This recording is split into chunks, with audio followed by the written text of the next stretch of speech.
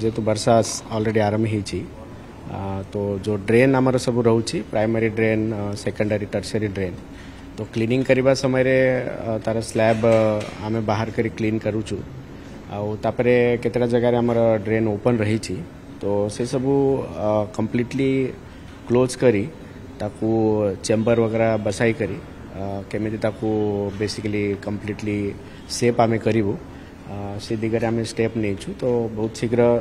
से काम आरंभ हो करी मैक्सिमम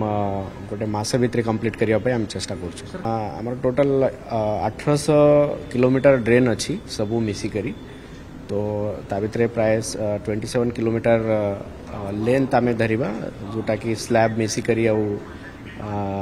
जो विदाउट स्लैब एमती आमर रही तो ताकू आम बेसिकली युद्धकालीन भित्ति जेहेतु क्लीनिंग काम प्राय आमर सरी जाइए बर्तमान ताकू सेफली केमिति आम